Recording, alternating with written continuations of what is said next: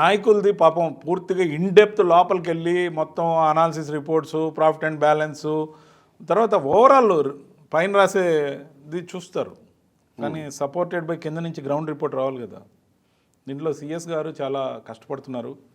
ఆ కష్టానికి తగ్గ ఫలితం ఆయన ఎక్స్టెన్షన్లో కూడా ఆయనే ఉంటారనే వార్తలు వస్తున్నాయి. నాకైతే గొప్ప సంతోషంగా ఉంది. ఆంధ్రప్రదేశ్కి అనేక ఇండస్ట్రీలు కూడా ఈయన తీసుకురాగలరు రాబోయే రోజుల్లో, ముఖ్యంగా విద్యుత్ సెక్టర్లో. ఈరోజు లిక్కర్ స్కామ్ గురించి ఎంక్వైరీ జరుగుతుంది, మైన్స్ గురించి అడపాదడపా వార్తలు విన్నాం, అనేక స్కాముల గురించి కొంచెం అటు చూసి చూడనట్టుగా దర్యాప్తు ఏడుందో తెలియని పరిస్థితులు నడుస్తుంది. ఇవన్నీ కూడా కూటమి ప్రభుత్వానికి రేపు డేంజర్. మరి ఇంత పెద్ద స్కామ్ జరిగింది కదా ఆంధ్రప్రదేశ్లో, విద్యుత్ స్కామ్ గురించి ఎంక్వైరీ ఎందుకు పడట్లా? ప్రతిపక్షం కూడా అడగట్లేదుగా. ప్రతిపక్షం ఇనిషియేట్ చేసిన దాన్ని పాలకపక్షం దాన్ని నిర్వర్తిస్తూ ముందుకు పోతే ఎవరికి చెడ్డ పేరు, కూటమికి చెడ్డ పేరు వస్తుందని ఆవేదన. నేను అనేది ఒకటే, దీని మీద ఒక్క చిన్న దర్యాప్తు కూడా రాలేదే. మీరు ఎందుకు